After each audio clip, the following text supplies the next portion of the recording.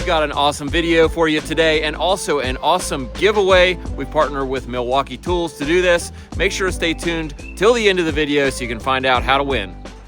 You guys got a lot done after I left. Yeah, we finally got some real workers. Shut up. Don't even say it. Don't even say it. I'll leave right now if you want me to. I have no problem. Max! He's not here. Perfect. You're stuck See, today. You need me today, so yes. you better be careful. Bro, yeah, that's easy to do that when there's no windows. All you do is bang it together and shoot it. It takes 2 seconds to put one piece in. So it should take you like 10, 20, 30, 40, 50. That's like what I love is how mad he gets like about 4 it. That's minutes. exactly why I brought it up immediately. Well, Golden Boy Max, I guess you should call him up here more.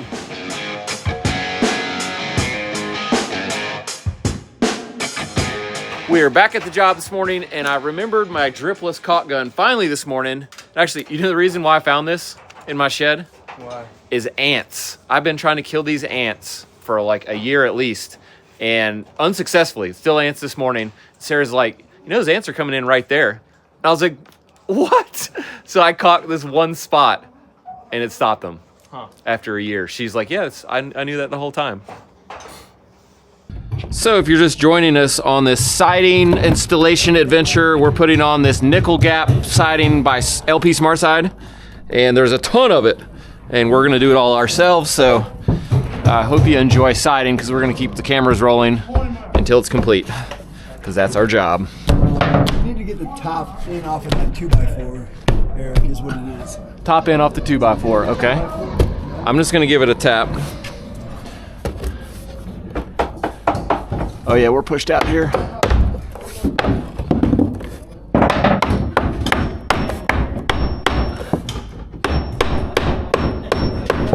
How are we looking?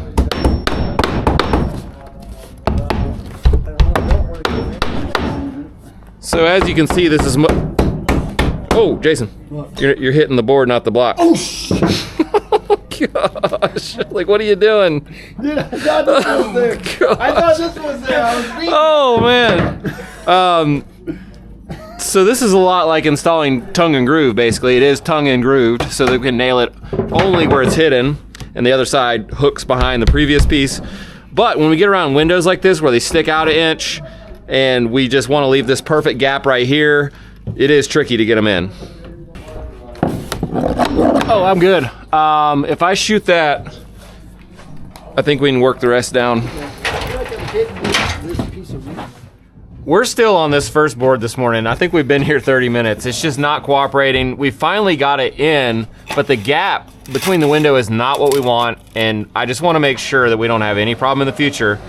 So I'm gonna do it. I'm gonna take the oscillating tool, even though I don't like this idea, and go up against this window and cut like 1/8 inch more so we have the proper gap for sealant and all that.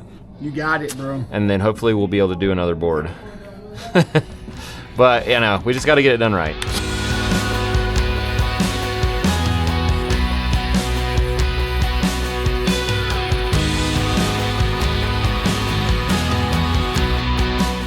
Hey, did I hear that buzzsaw going? Yeah. You should not be using that over here. I know what you're doing. We got it, bro. We got it. Don't worry. We got it. It looks great. Don't worry. Okay, I've got this cut through. I'm trying to fish it out now. I didn't cut all the way through this because I didn't want to cut through that plastic flange. So the last little bit, I just broke it with the knife by twisting it in there. And that is kind of what we want, about a 3/16 for the caulk. Beautiful. This dripless definitely doesn't have the same push as that other gun, but it doesn't drip at least.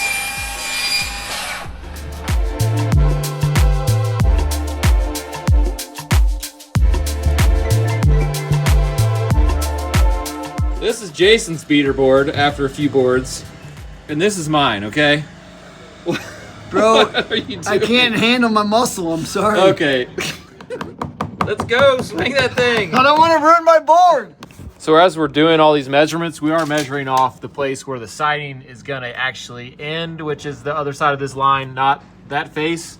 And I gotta say, Ray is doing a great job cutting these boards. He's been in the zone. He is doing amazing. He's fast, he's cutting them accurately. Were you not here for the first board? Let's go inch in like 5/8 to 4 1/4. You're eating a roast beef taco. Yeah, there's a quesadilla inside. Inside of a piece of roast beef. No, I've never seen that one. Well, while you're enjoying your lunch, I'm gonna punish Jason some more here. We installed this board and then realized we couldn't get it to go flat flush with this one because of the flange hump out. So we got half of it off and he's just about to get blasted.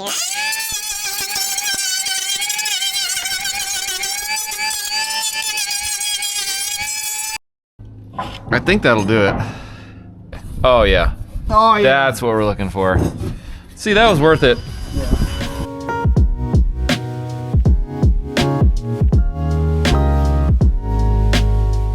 Our roofer Devin is here and he's gonna measure up some pieces of flashing that need to go on our chimney before the stonework goes on. It needs to go under the stonework and come out on top of the metal roof. So he's gonna measure that up and figure it out so that we can get the stonework done before the roof. And that's for an obvious reason that stonework is really messy. And also we don't want to have masons climbing up over the metal roof and, you know, messing it up, getting it really dirty. So that's got to happen first, flashing, then stone. Then we can slide the metal roofing up under the flashing that goes up the chimney. How long do you think the install actually take? Roof? Yeah. Just the roof or Just the roof. You're probably looking at 4 days. Oh, that's good. That's Yeah. not bad. Or, I mean, 5 business days. Yeah. 1, 2, 3, 4. Yep. Very good. All right. I'm making some marks now to build this little cricket, and that's just a tiny little roof so that water doesn't pile up against the chimney and leak. We're gonna have a valley that starts right about here and goes to this corner. But here's something I've learned over the years is that you don't want a valley to come right at the corner of your structure right here. We're gonna actually shoot for about 3 inches away from the corner so that the water exits the valley out here and not right here. This is a really leak prone area. Right there, that's probably the worst. And so we want to direct water out and around it if possible. Plus all of these materials build up some thickness. We're gonna add 3/4 thick material for the metal to screw onto. And plus the rib on the metal is 1 3/4 inches high. We have to count for all of that when we install our counter flashings and make sure everything fits back up under there. Because once the flashing is on and there is stone applied over top of it, holding it in, you're not gonna get it back out. So it's very critical to know with the roofer exactly the material thicknesses and get it right. Also, we're gonna make the top of this cricket not run right out to the edge of the roof. We're gonna top it out about there so that the pieces of flashing coming in the valleys this way and this way actually stop on the roof instead of like running out right to the edge. That could be really ugly. Yeah, there's a lot of stuff about roof line. Here's something really cool too. You know, a lot of times you might have a steep roof like that and then you have a shed roof and it comes off like that to a dormer. We do this all the time, right? We used to run the roof right to there, but then you get a really weird cap flashing. Yeah. And it's a next to impossible place to make look pretty. So nowadays, we'll almost always hold down that pitch on the lower roof about 1 foot. And that gives us a place to have a transition and have a single nice cap at the top. Yeah. I wish I would have done that on my house, but I didn't. I did it the ugly way. And I look at it every day.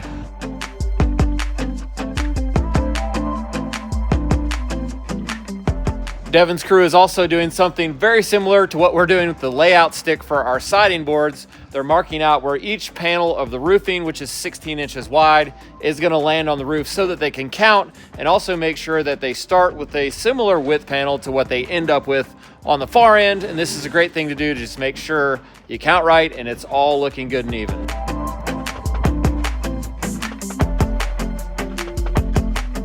Is it the weekend yet?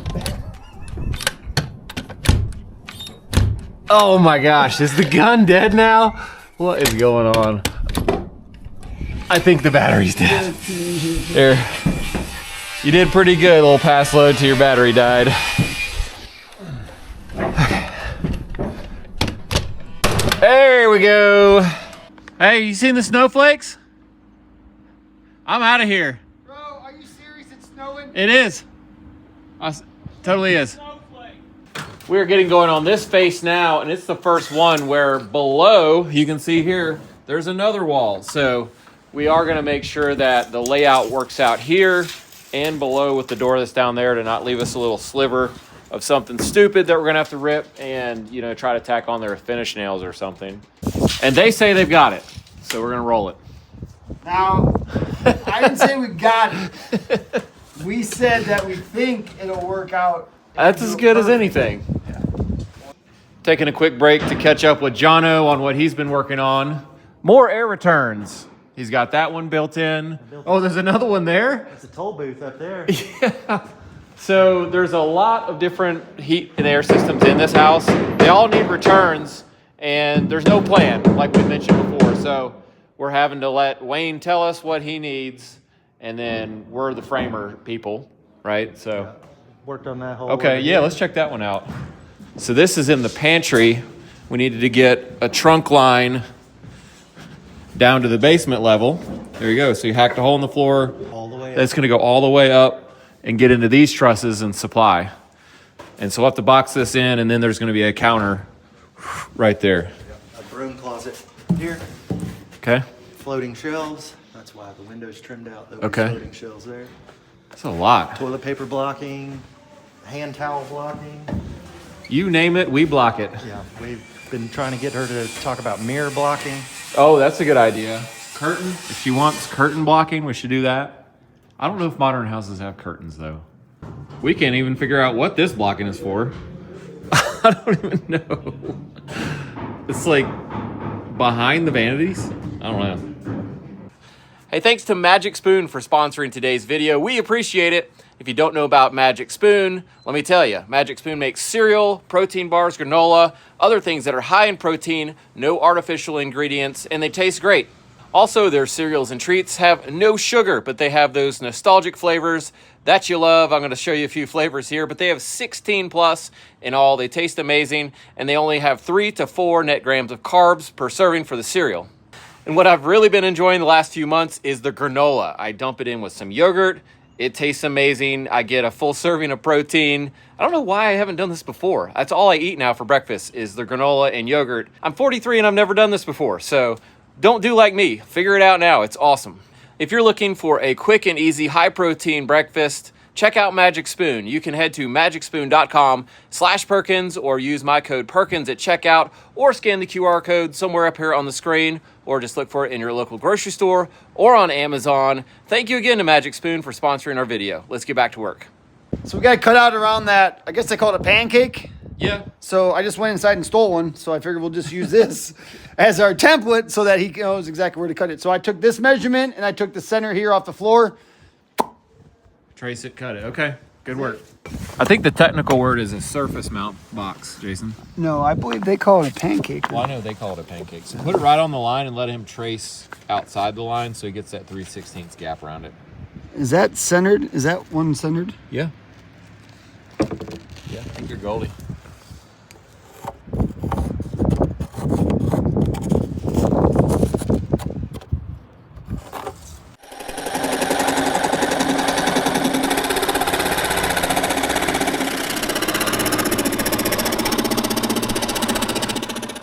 What is this called? A pancake. Pancake, huh? Did y'all look up a technical term that I'm missing? No, never mind. You're right, I'm wrong. No, that's what he called it. Some of your people on there is going to be like, that's not right. Definitely. It works. I know what it is. We've got our cutout done here, and a pretty good pro tip to save some time is to get the next piece you're going to cut next to it while you got it on the ground here. Then you can lay that where it goes and go ahead and trace onto the next board. Go ahead with that. That should save us a little bit of hassle anyway.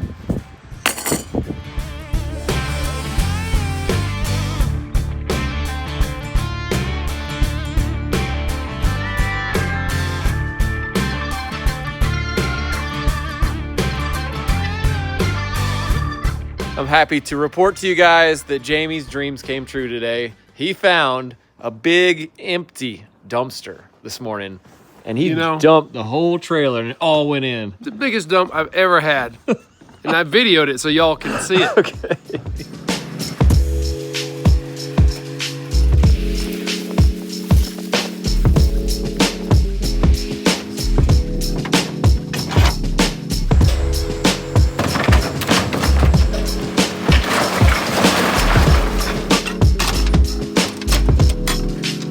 So I've got a bend around this corner here, and this composite material, it'll bend, but not like 90 degrees, which is what I want. So I'm gonna try to heat it up right here at my line and see if I can get it to bend a nice 90 and just stay. Have you seen Jamie do this yet? I've done it. You've done it? Yeah. Well, maybe I should let you do Me it. and Jason have both done it. Well, you do it then. What am I doing I'm a here? good guy. All right, we're up and running.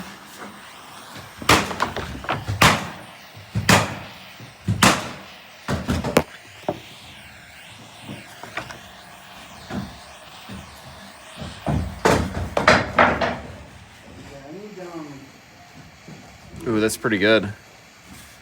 Probably a little more heat.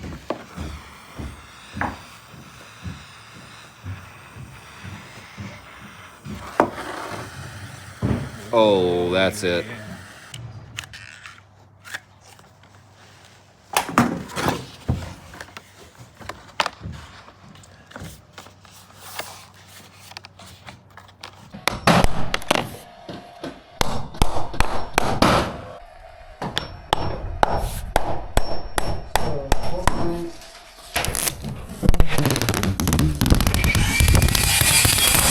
I don't know how much to lap. I'm just gonna lap minimum here just because I don't know what we're doing as far as the lap.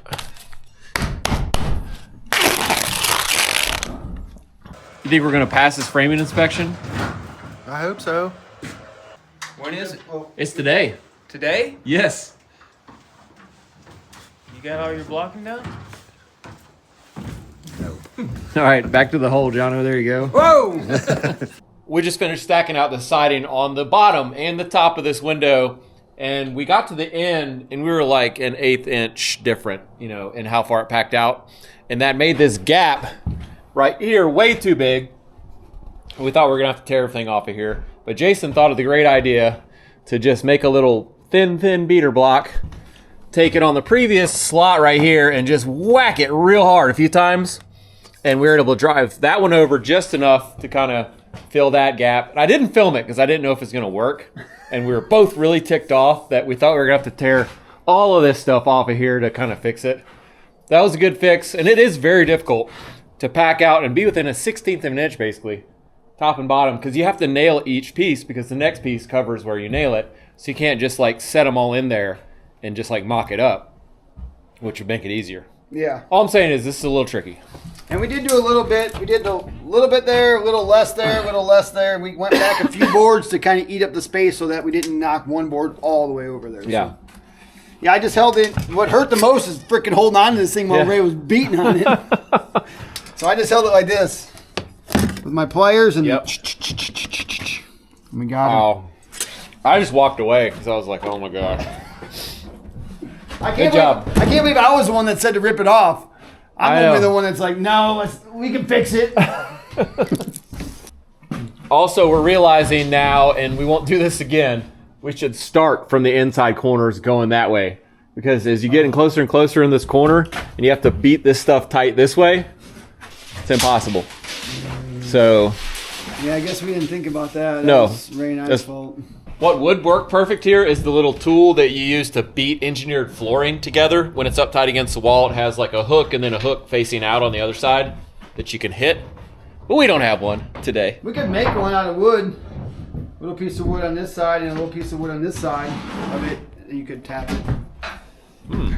I guess so. We can make one that has a little hook and then screw a block on it. We can make it as long as you want, man. We could make it stick out like 5 feet. Someone could be way over here beating the wood in. Hey, hit my board down there! So, Jason just decided to build this beater block thing to help us get these pulled tight in the corner. So the siding part will hook on our piece of siding, and then you'll beat on that part right there. Pretty simple. See if it works. Okay. I think I'm at the top good. I think the top's in. Okay. Hey, that worked brilliantly. Yeah.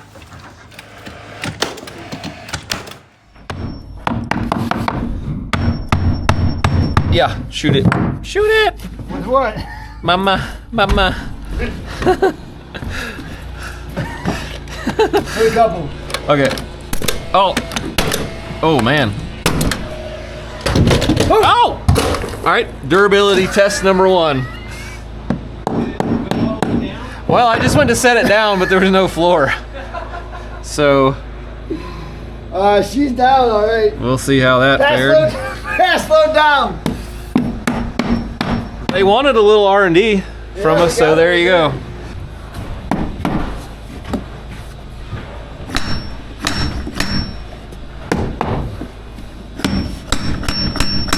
Dude, there's no way we'd have done it without this thing.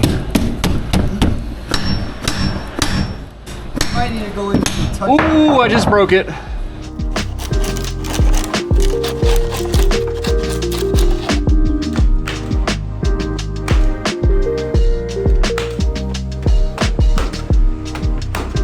Jamie and Max are back from the dump. The dump trailer was full, and I was gonna see if we could do a little trivia here. Max, we'll give you $5 if you can tell us what that is within 10 seconds. To smack. Dang it! Well, He got smack it instantly.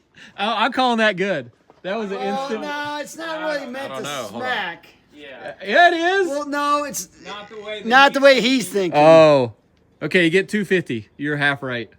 See, he's got it upside down. You don't know where to smack it. No, not that way. Oh yeah, you're right. Oh. Yeah, see. Okay, do let you Jamie- know? Well, I mean, I'm just gonna use my investigative skills to see that you've been smacking it right here. Yeah. Okay. So it looks like an airplane to me. Okay. No, that's a good You need piece, that. Yo, bro. did you need that? Think flooring. I'm okay. I mean, I see the overlap part Think flooring. that you're gonna bop it this way to draw like that. Yep. I still am not real sure why you need this. It's for the inside corner. Ray made a mistake and started on the outside corner over oh, okay. here. No, Ray and Okay. I started on the outside corner. So we got to the inside corner. There's no way to get it to bang over. So Right. we use this to hook on our existing piece I get it. It's and brilliant. draw it in. Brilliant. Dude, we think we're like engineers or rocket scientists when we build something like this. It's like the most amazing thing It ever. did work great though. It did. It did. Save that. Put it in your toolbox. Yeah. Your truck. Is this hitting my pouch? There you go. Barely notice it. What happened to this? Don't worry about it. Don't tell Jamie. Oh, Jono's gonna murder you. He just vacuumed this whole room. well, at least I it caught went- a lot of it. Oh, did you? Yep, there you go. Good thing. No, it was Ray.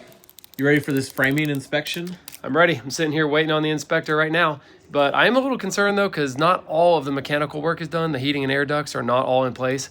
And because the inspector knows that subcontractors cut framing to install their equipment and things, they want to see it actually when it's totally complete.